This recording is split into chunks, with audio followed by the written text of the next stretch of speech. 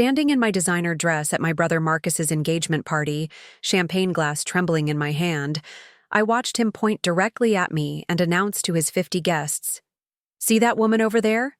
That's my sister Emma, the family trash, who somehow snuck in here tonight. I'd love to know which corner of the globe you're watching from, and if this story speaks to you, make sure to subscribe. Tomorrow's video is one you absolutely can't miss." The entire room fell silent. Crystal glasses stopped clinking. Conversations died mid-sentence. But Marcus wasn't done.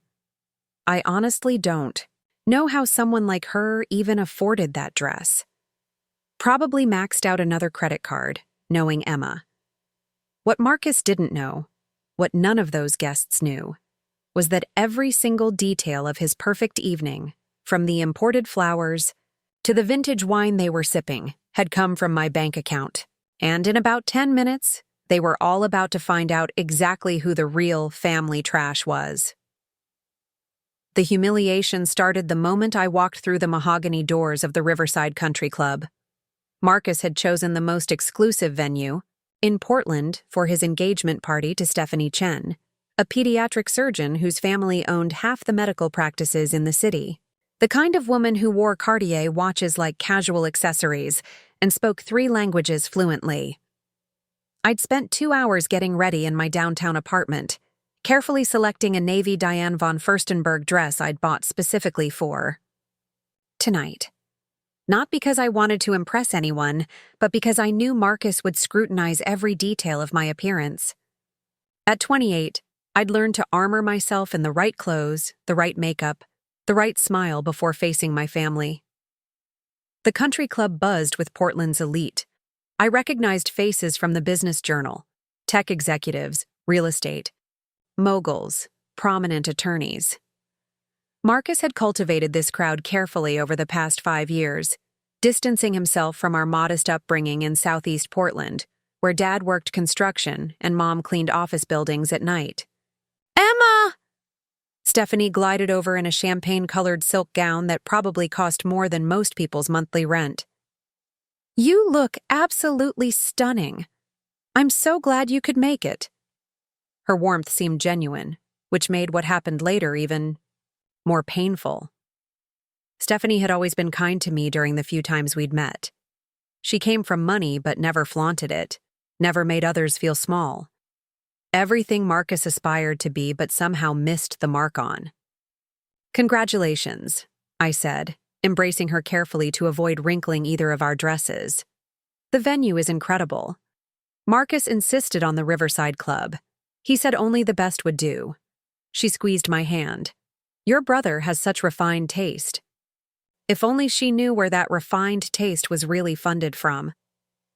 Marcus approached us wearing a custom Tom Ford tuxedo, his dark hair perfectly styled, every inch the successful investment banker he'd become.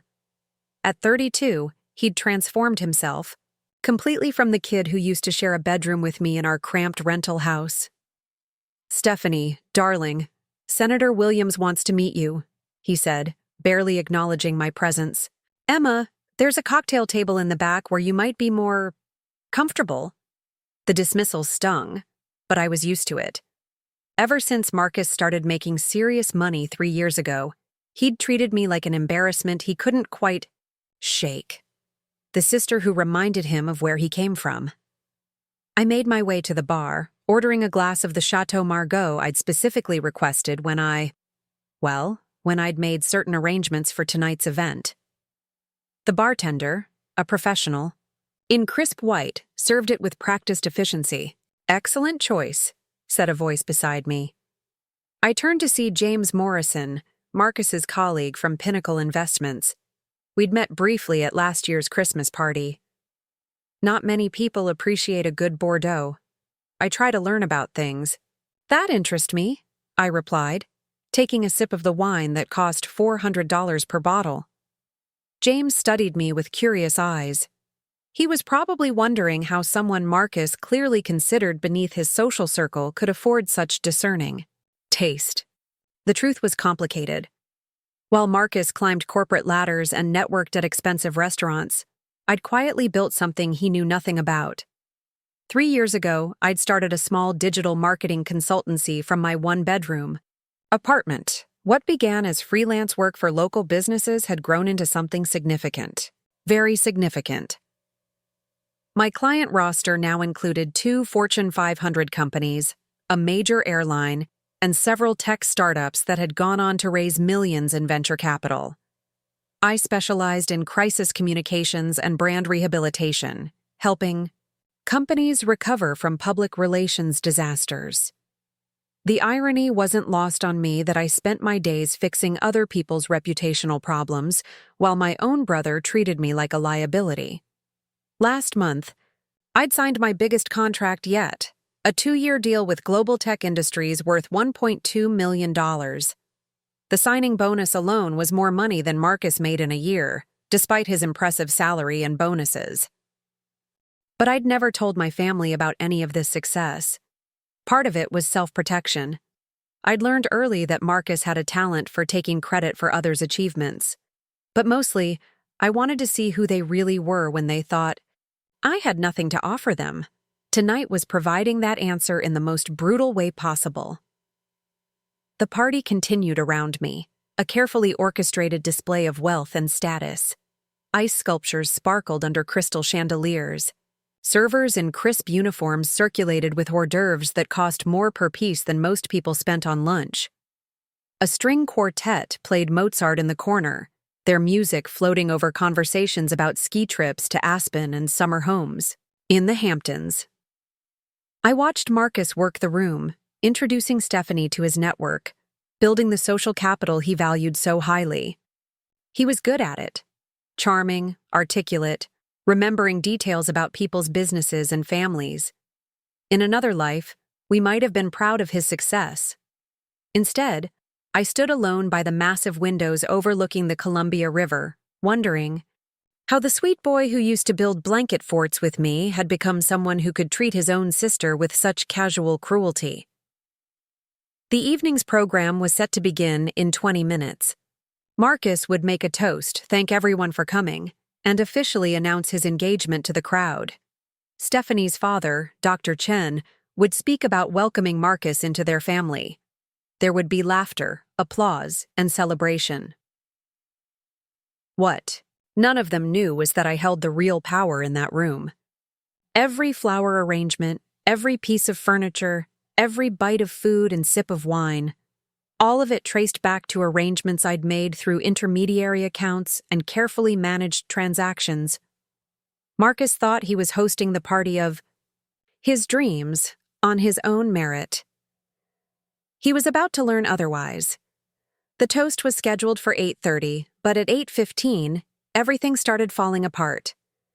I was standing near the dessert table, sampling a macaron that cost $12 each, when I heard raised voices from the kitchen service area. Through the swinging doors, I caught glimpses of frantic staff members rushing back and forth. What's going on? Stephanie appeared beside me, her brow furrowed with concern. Before I could answer, Marcus stormed out of the service corridor, his face flushed red above his pristine white collar. Behind him trailed Gerald Whitmore, the country club's event coordinator, looking absolutely mortified. This is completely unacceptable, Marcus hissed, trying to keep his voice low but failing. How does a payment issue happen at the last minute? Gerald wrung his hands. Mr. Henderson, I assure you we're doing everything we can to resolve this. There seems to have been some confusion with the payment processing. Confusion? Marcus's voice cracked slightly. My engagement party is happening right now. Look around you. These are the most important people in Portland business community, and you're telling me there's a payment confusion? I moved closer, pretending to examine the elaborate chocolate fountain while straining to hear every word. The initial deposit was processed correctly, Gerald continued.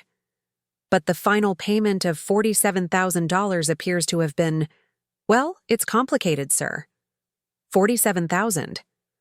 I knew that number intimately because I'd authorized that exact transfer from one of my business accounts 3 days ago, routed through a shell company I'd established for client confidentiality purposes. Marcus ran his hands through his perfectly styled hair, destroying an hour of professional grooming. My credit cards are maxed from the honeymoon deposits and the ring. The final payment was supposed to come from my year-end bonus, but that doesn't hit my account until next week. Perhaps we could work out a payment plan? Gerald started. A payment plan? Marcus's voice rose dangerously. Several guests were starting to notice the commotion. Do you have any idea who these people are? Senator Williams is here. The CEO of Pacific Northwest Bank is here. I cannot have them thinking I can't afford my own engagement party. Stephanie placed a gentle hand on his arm. Marcus, honey, my father could— Absolutely not. Marcus shook her off more forcefully than necessary. I'm not starting our marriage by borrowing money from your family. I have my reputation to think about. The irony was suffocating. Marcus was so concerned about his reputation that he was creating a scene that threatened to destroy it completely. I watched him pace, his polished Oxford shoes clicking against the marble floor. This was the man who'd spent years making me feel small, who'd questioned how I could afford my dress, who'd relegated me to the back corner of his precious party.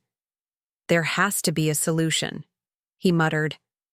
Maybe I can call my bank, get an emergency transfer.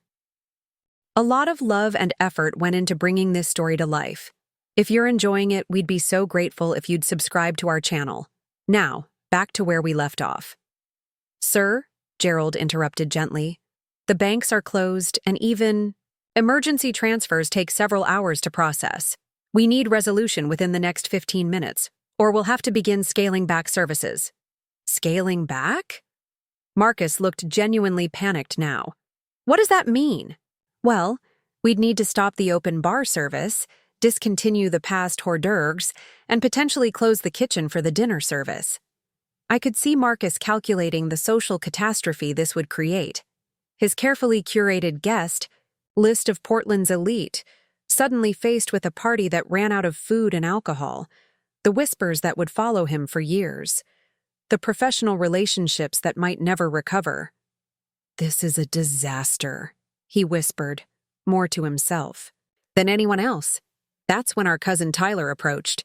I hadn't seen Tyler arrive, but there he was in an ill-fitting rental tuxedo, looking completely out of place among the designer-clad guests.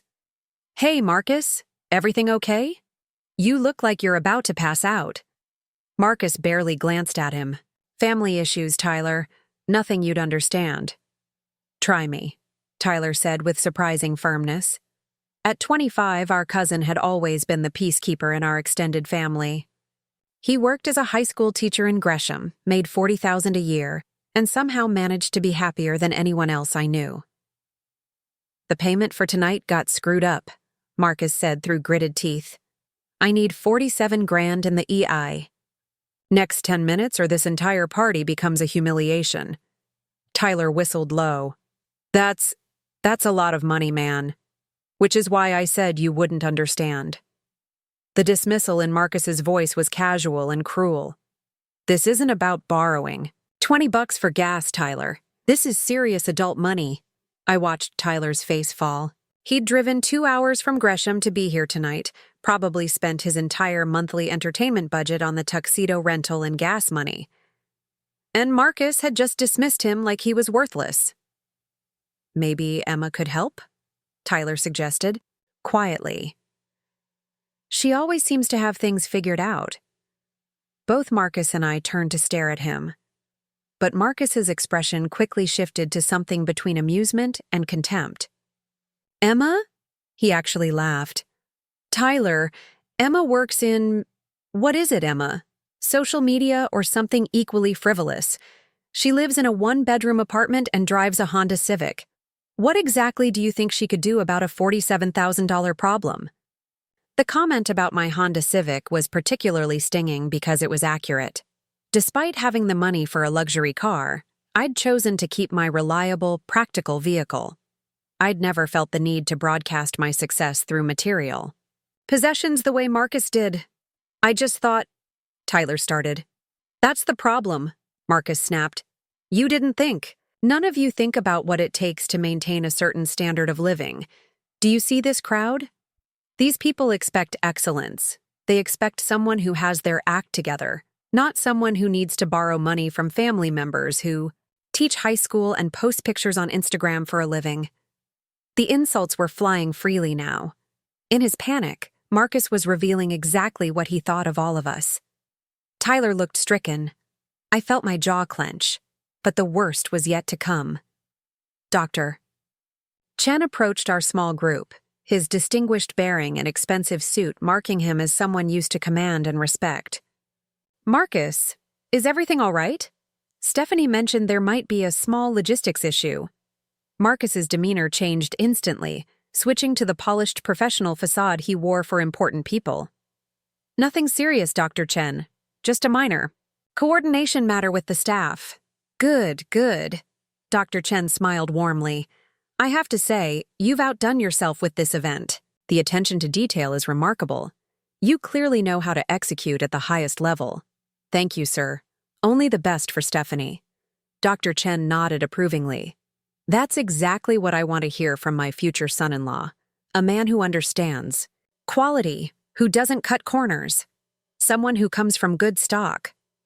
The phrase good stock hung in the air like a challenge. That's when Marcus made his fatal mistake. I appreciate that, Dr. Chen. I've worked very hard to distance myself from, well, let's just say not everyone in my family shares the same values or ambitions. Dr. Chen raised an eyebrow, intrigued. Oh? And that's when Marcus pointed directly at me and said the words that would change everything. See that woman over there? That's my sister Emma, the family trash who somehow snuck in here tonight. The silence that followed Marcus's declaration was deafening. 50 conversations stopped mid-sentence.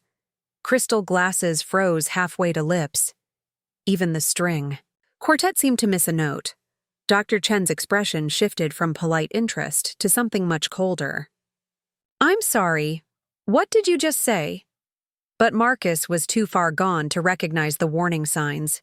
The stress of the payment crisis, combined with his desperate need to impress Dr. Chen, had completely destroyed his judgment. My sister Emma, he continued, gesturing toward me like I was an exhibit in a museum. She's always been the black sheep of the family. Never could get her life together, you know? I honestly don't know how someone like her even afforded that dress. Probably maxed out another credit card, knowing Emma. The crowd pressed closer, drawn by the spectacle like vultures circling prey. I could see smartphones being discreetly pulled from purses and pockets. In 30 seconds, this moment would be on social media. Tyler stepped forward, his face flushed with anger. Marcus, what the hell is wrong with you? Stay out of this, Tyler, Marcus snapped without taking his eyes off Dr. Chen. This is between adults. Stephanie looked mortified. Her perfectly composed features had crumbled into something approaching horror. Marcus, please stop. You're embarrassing yourself. But he was beyond reason now. Embarrassing myself? I'm being honest about my family situation.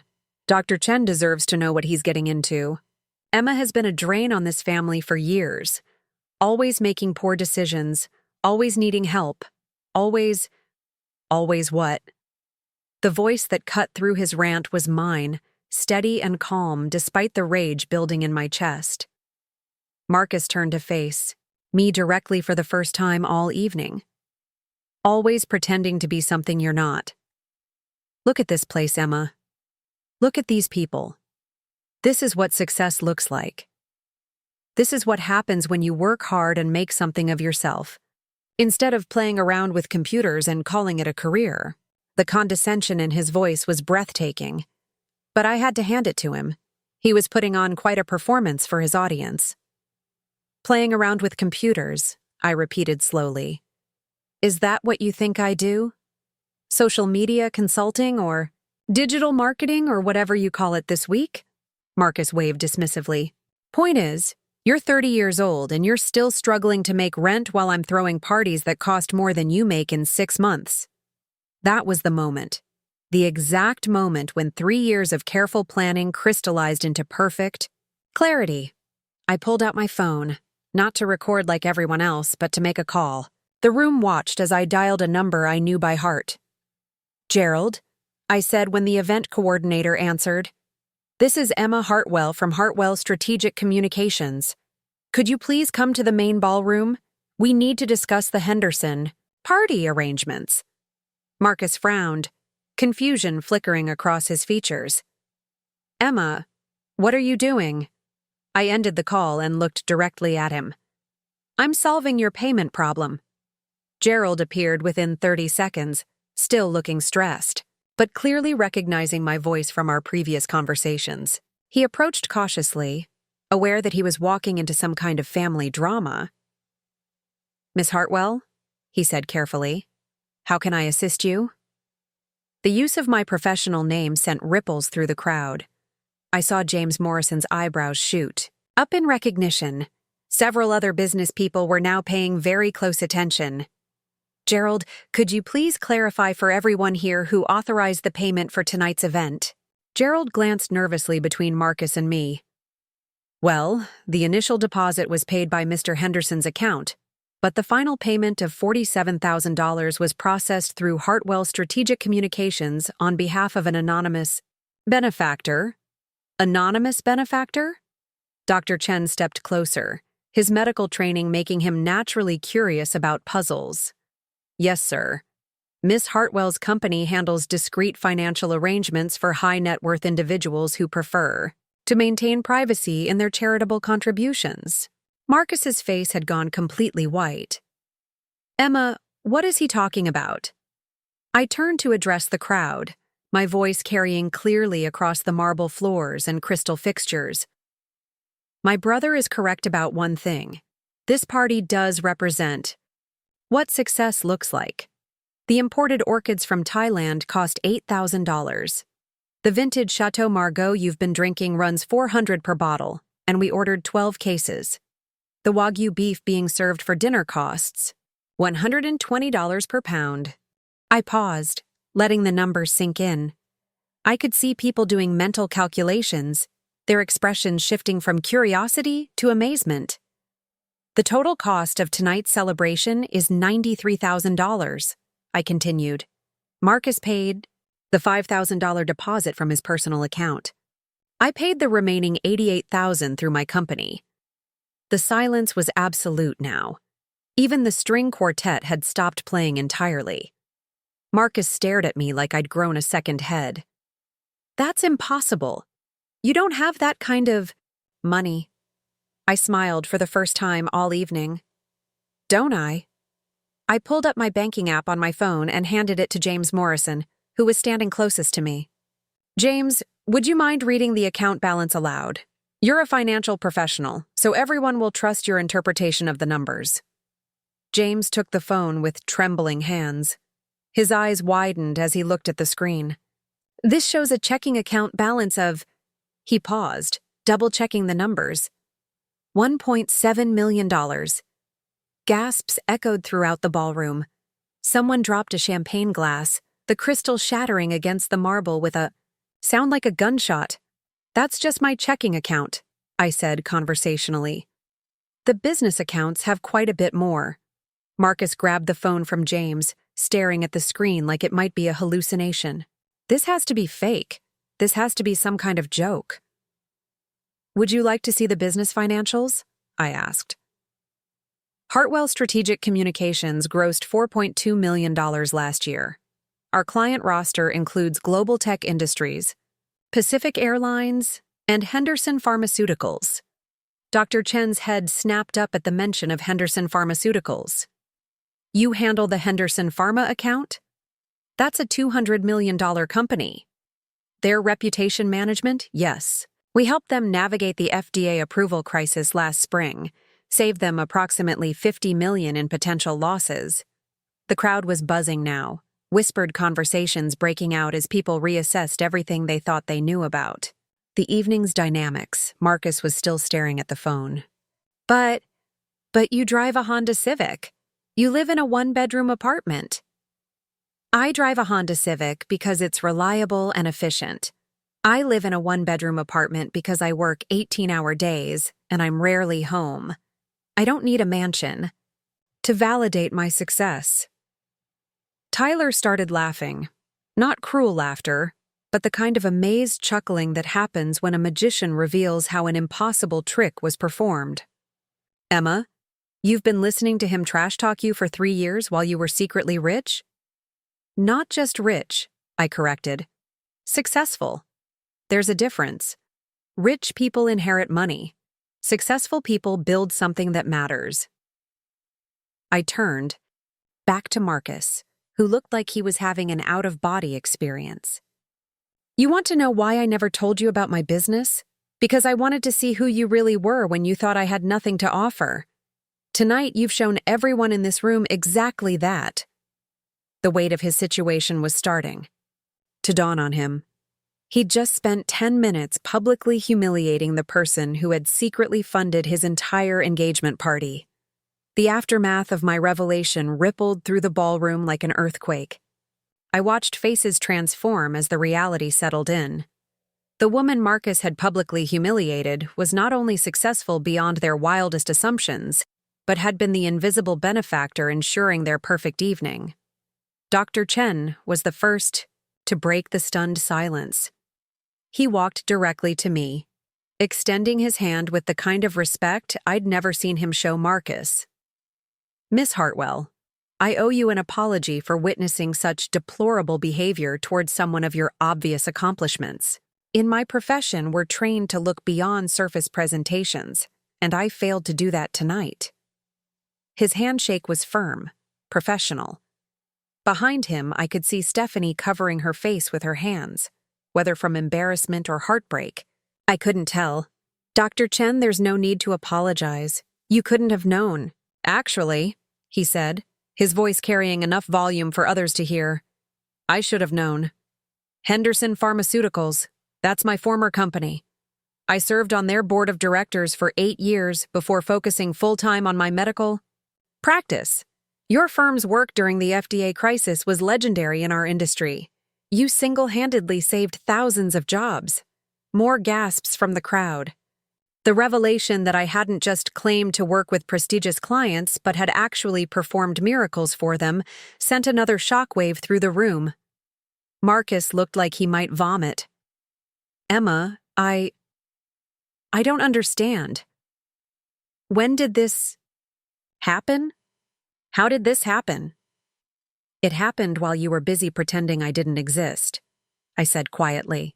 Every family dinner where you discussed your latest promotion like it was front-page news while never asking what I was working on.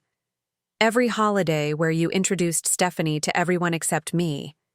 Every time you acted like my career was a hobby I'd eventually outgrow. James Morrison stepped forward, his earlier casual interest now replaced with obvious professional respect. Miss Hartwell, I have to ask. Pinnacle Investments has been trying to land the Henderson Pharma account for 2 years. They told us their reputation management was handled by an exclusive boutique firm, but they wouldn't tell us which one.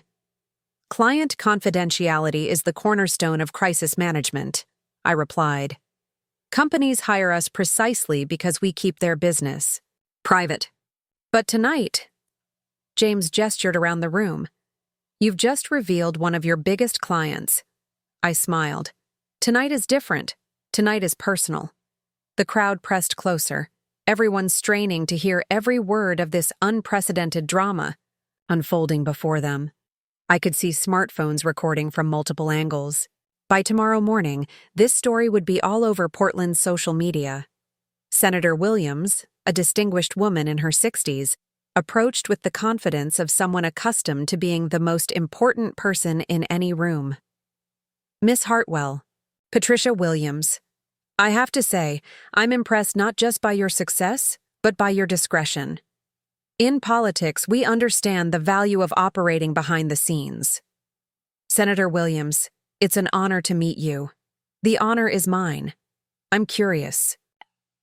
Have you ever considered consulting for political campaigns? We could use someone with your particular skills. Before I could answer, Marcus exploded. Stop it! All of you, just stop it! His voice cracked with desperation.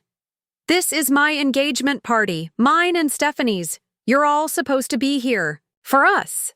The outburst was so childish, so petulant, that it actually made people take a step back. Here was a 32-year-old investment banker having a tantrum because the spotlight had shifted away from him. Tyler, who had been quietly observing the entire spectacle, started clapping slowly. Bravo, Marcus. Really. You've managed to turn your engagement party into a masterclass in how not to treat your family. Shut up, Tyler, Marcus snarled. This is between Emma and me. No, it's not, Tyler replied, his teacher's training evident in how he maintained calm authority. You made it public when you decided to humiliate her in front of 50 people. You made it everyone's business when you called your own sister family trash. Murmurs of agreement rippled through the crowd. I could see the social calculation happening in real time.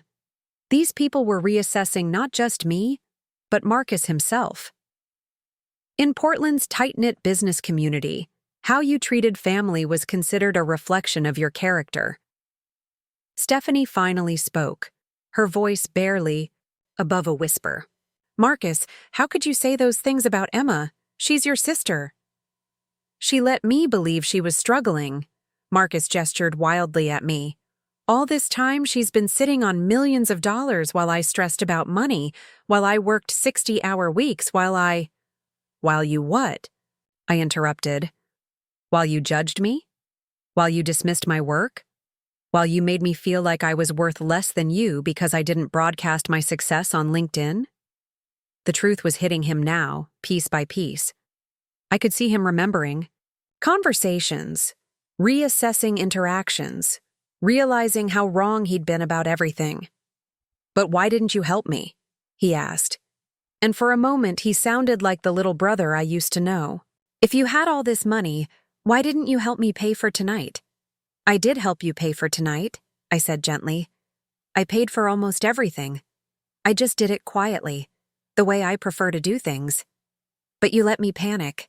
You watched me stress about the payment crisis.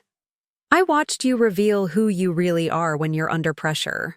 And what I saw was someone who treats service staff like they're beneath him, who dismisses family members as worthless, and who thinks success gives him the right to humiliate people he claims to love. Dr. Chen nodded thoughtfully. In medicine, we have a saying, crisis reveals character. Tonight has been very revealing indeed. The implication was clear. Dr. Chen was reassessing whether Marcus was the kind of man he wanted his daughter to marry. Stephanie seemed to understand this too. She approached me, tears visible in her eyes. Emma, I'm so sorry. I had no idea Marcus felt this way about you. I thought you two just had different lifestyles. Different lifestyles, I repeated. Is that what he told you? She nodded miserably.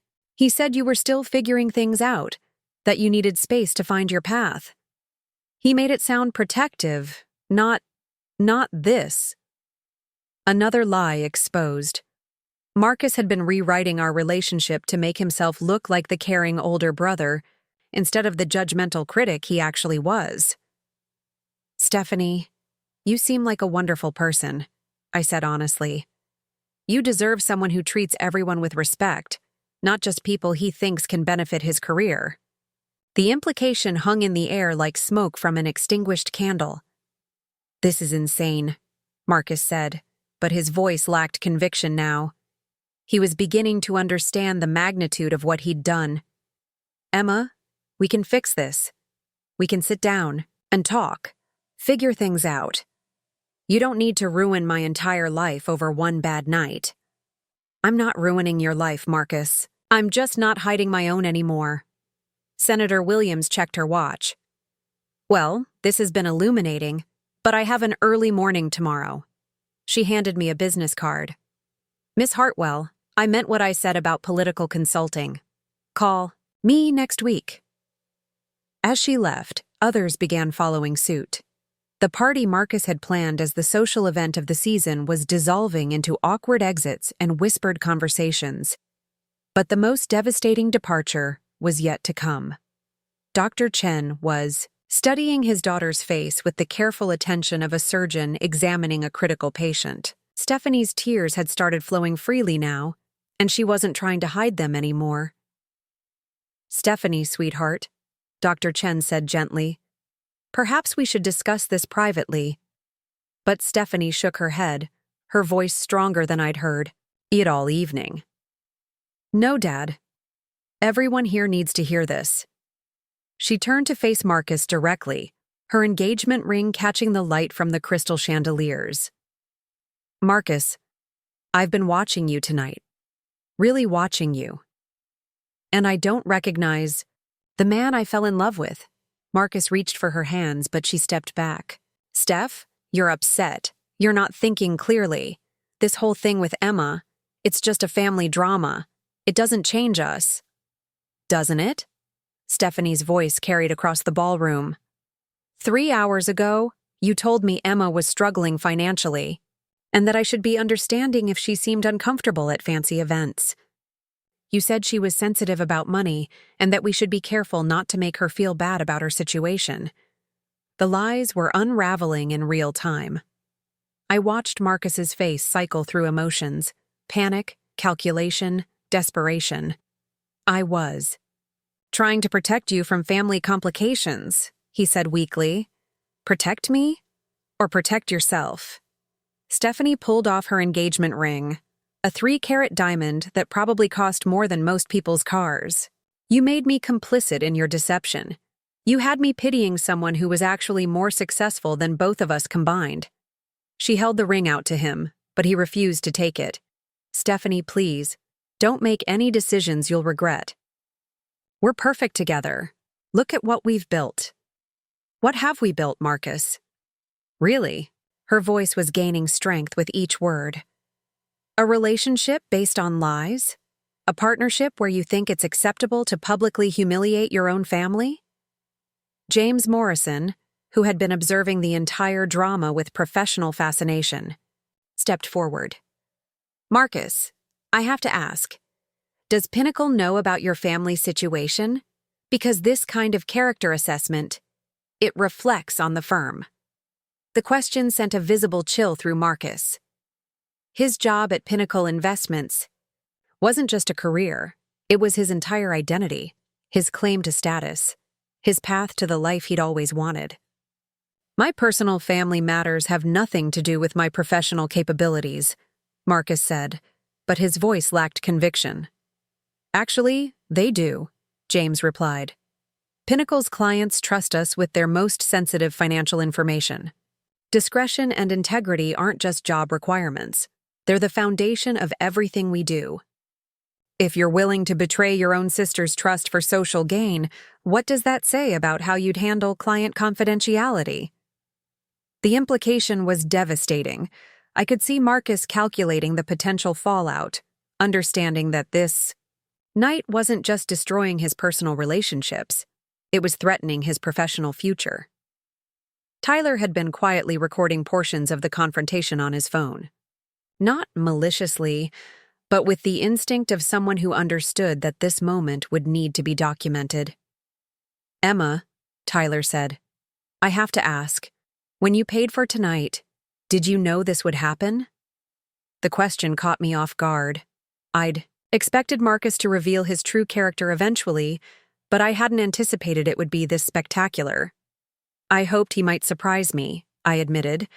"I wanted to believe that deep down, my brother was still the kid who used to defend me on the playground." "But you prepared for this possibility," Tyler observed. "I prepared for disappointment. Yes." Marcus looked between Tyler and me, a new realization dawning. "You planned this. You set me up." "I paid for your party," I corrected.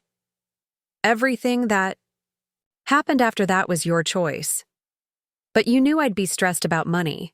You knew I'd panic. I knew you'd reveal who you really are under pressure. I just didn't expect you to do it quite so publicly." Dr. Chen had been listening to this exchange with the analytical mind of someone accustomed to making life-and-death decisions.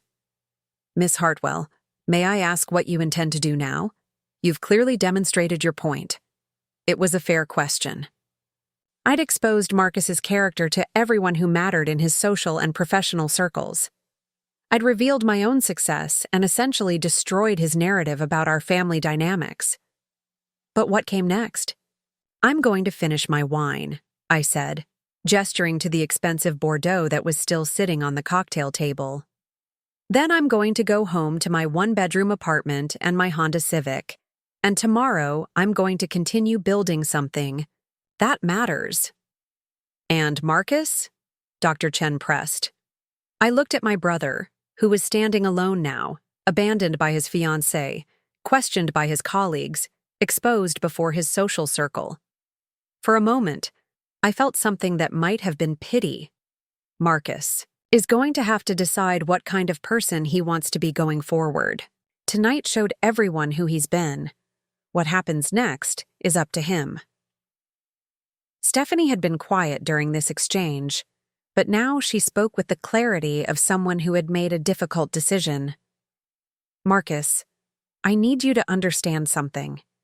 This isn't about Emma having money or you not knowing about it. This is about cruelty. This is about watching you call your own sister family trash and feeling proud of yourself for doing it. I was trying to impress your father by degrading someone else, by lying about your own family." Stephanie's voice broke slightly. "My father raised me to believe that character matters more than status. Tonight you've shown me that you believe the opposite." She placed the engagement ring on the cocktail table next to my wine glass. The symbolism was unmistakable. "Stephanie, wait," Marcus pleaded. "We can work through this. People say things they don't mean when they're stressed." "Do they?" She turned to address the remaining crowd. "How many of you have been so stressed that you publicly humiliated a family member to impress strangers?" The silence was deafening. Even in a room full of competitive, ambitious people, Marcus's behavior was beyond the pale. Gerald, the event coordinator, approached cautiously. "Excuse me, but given the circumstances, how would you like to handle the remainder of the evening? The dinner service is prepared, but..." I realized that everyone was looking at me. Somehow, in the space of 30 minutes, I'd become the de facto host of Marcus's engagement party. "Serve the dinner," I decided. "People traveled here tonight, some from considerable distances. They shouldn't go hungry because of family drama." "And the toasts?" Gerald asked. Mr. Henderson was scheduled to speak, and Dr. Chen stepped forward. "I think we can skip the formal presentations tonight." As Gerald hurried away to coordinate with the kitchen staff, I found myself in the surreal position of managing the social aftermath of my brother's public meltdown. People began approaching me individually, some to offer business cards, others to express admiration for how I'd handled the situation, a few to ask pointed questions about my company's services. In the space of one evening, I'd gone from Marcus's embarrassing sister to one of the most interesting people in the room. Marcus watched this transformation with growing horror. His engagement party had become my networking event. "This isn't how tonight was supposed to go," he said to no one in particular. Tyler overheard him and couldn't resist responding. "How was tonight supposed to go, Marcus? You were going to humiliate Emma, impress Dr. Chen, and cement your social status. Mission accomplished on 1 out of 3. The brutal honesty of Tyler's assessment seemed to finally break through Marcus's denial. He sank into a nearby chair, his perfect posture collapsing along with his perfect plans. 6 months later, I was sitting in my new corner office on the 32nd floor of downtown Portland's newest business tower, reviewing contracts that would have seemed impossible a year ago. The view stretched across the Willamette River to Mount Hood, and on clear days like this one, I could see why people fell in love with this city. My phone buzzed with a text from Tyler. "Coffee later? I have news about the teaching job interview." After that night at the country club, Tyler had decided to pursue his master's degree in educational administration. Watching Marcus's character assassination had somehow inspired him to bet bigger on himself. The viral video of the engagement party, Disaster? Yes, it had gone viral. Had actually helped Tyler's case when he applied for a principal position in Lake Oswego. The school board was impressed by how he'd handled himself during what one board member called an unprecedented display of family dysfunction. I was responding to Tyler when my assistant knocked on the door. "Miss Hartwell, Dr. Chen is here. For your 2 o'clock appointment." Ever since that night, Dr. Chen had become one of my most valuable professional contacts. Not because of what happened with Marcus and Stephanie, that relationship had ended permanently, but because he understood the importance of reputation management in high-stakes industries. His referrals alone had brought in over $500,000 in new business. "Dr. Chen, please come in." I stood to greet him, noting that he looked more relaxed than I'd seen him in months. "Emma, thank you for making time. I know your schedule has become quite demanding." That was an understatement. The publicity from the engagement party incident had triggered an avalanche of inquiries from companies facing their own reputation crises. Apparently, the way I'd handled Marcus's public attack while maintaining my professionalism had convinced several Fortune 500 executives that I was exactly the kind of person they needed in their corner when things went sideways. "How? Can I help you today?" I asked, settling into the conversation area by the windows. "Actually, I'm here with good news. Stephanie wanted me to thank you personally." I raised an eyebrow. "Thank me?" "For saving her from making the biggest mistake of her life." Dr. Chen smiled.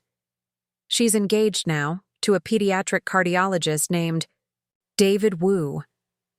They met at a medical conference 3 months ago. David is, well, he's everything Marcus pretended to be.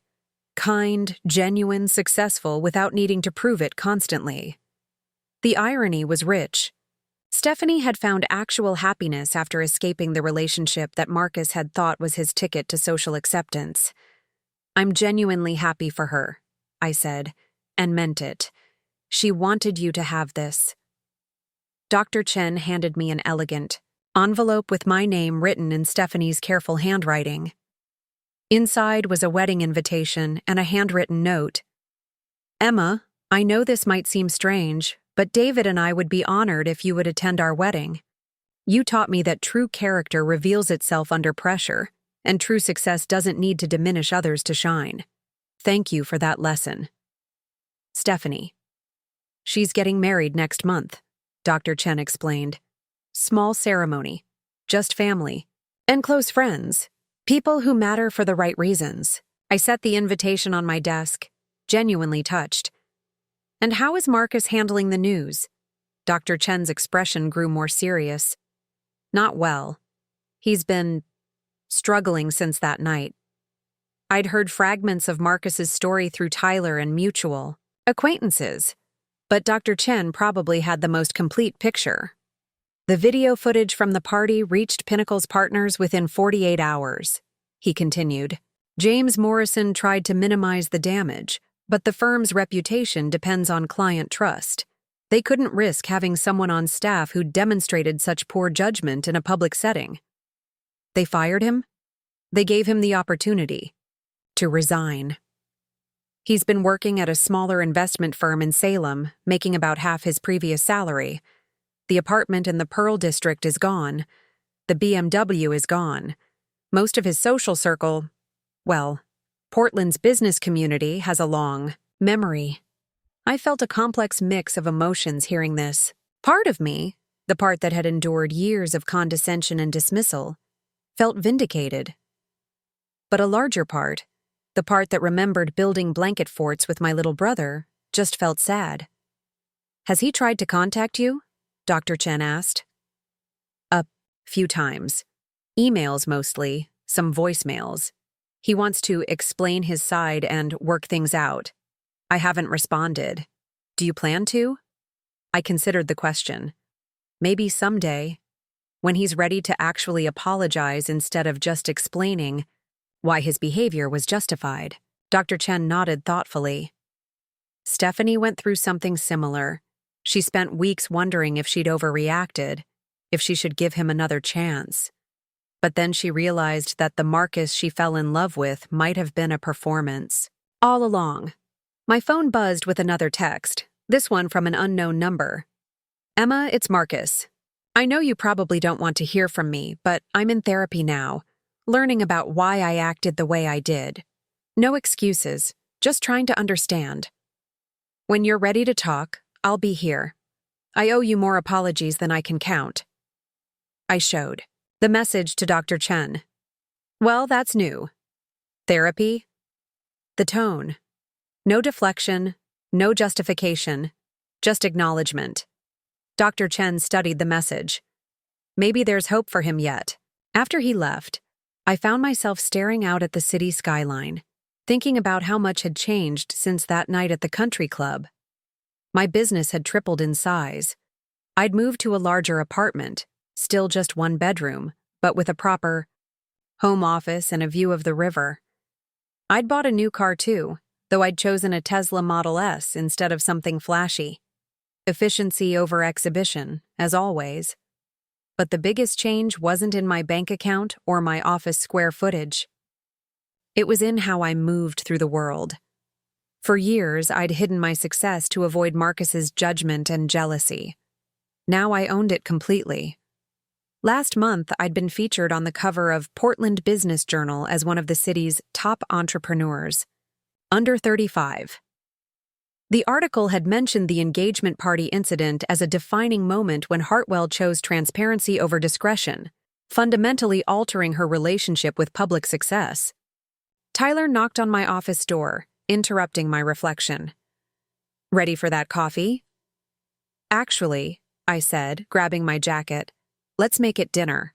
I want to hear about this principal interview, and I have some news of my own. As we rode the elevator down to street level, Tyler asked, "What kind of news?" Senator Williams offered me a consulting contract for her re-election campaign. Apparently, the way I handled the Marcus situation convinced her I could manage any crisis. Tyler whistled low. From family trash to political consultant, that's quite a journey. The funny thing is, I said as we stepped out onto the busy Portland sidewalk, I was always the same person. The only thing that changed was other people's perception. And Marcus's behavior gave you the opportunity to control that narrative. Exactly. Sometimes the best thing someone can do for you is reveal their true character in public. It forces everyone else to reconsider their assumptions. We walked toward the restaurant district, two cousins who'd grown closer through family crisis, discussing dreams and opportunities that seemed impossible just 6 months earlier. My phone buzzed one more time, another message from Marcus. Saw the Business Journal article.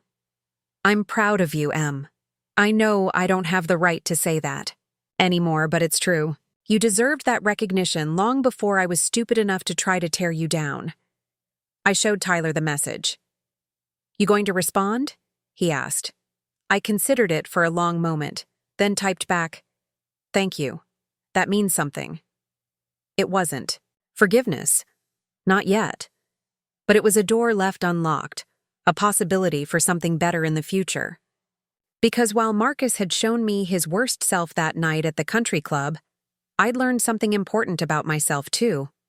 I was strong enough to be generous with my success, and wise enough to know when that generosity was earned. 3. Rest would be up to him. Looking for more? We've got 2 amazing stories ready for you right on screen. If this one touched you, these are absolutely worth your time. Click to watch them now. And hey, subscribe and hit that bell to never miss our latest uploads.